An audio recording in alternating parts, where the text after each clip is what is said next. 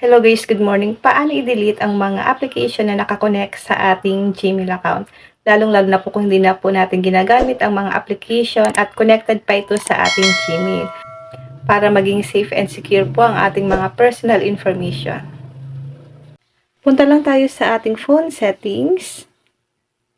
Click Google.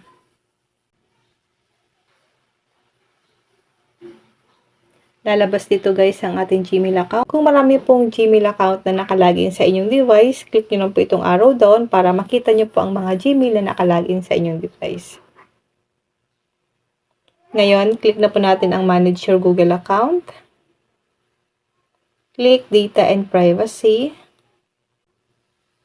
Scroll up. Hanapin nyo po ang third-party apps and services. Click natin ito. Meron pa ako ditong 4 total apps and services na nakakonect sa aking Gmail. Click natin itong isang application dito. Scroll up, click natin ang delete all connections you have with CapCut Video Editor. Delete the connections you have with CapCut. What happens to your data, your CapCut Video Editor account, and the data and info you shared with CapCut Video Editor will not be deleted. If you want to delete the data and info you shared with CapCut Video Editor, visit CapCut Video Editor.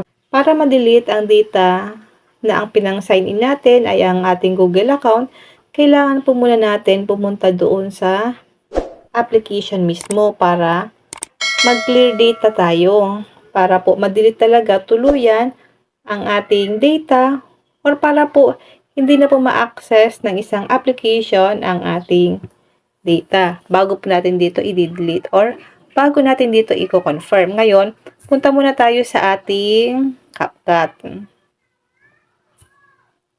Long press nyo lang po, then click nyo po ang app info. Click natin ang storage usage. Click natin ang clear data. Then, click delete. Kailangan guys mag-0 B yan.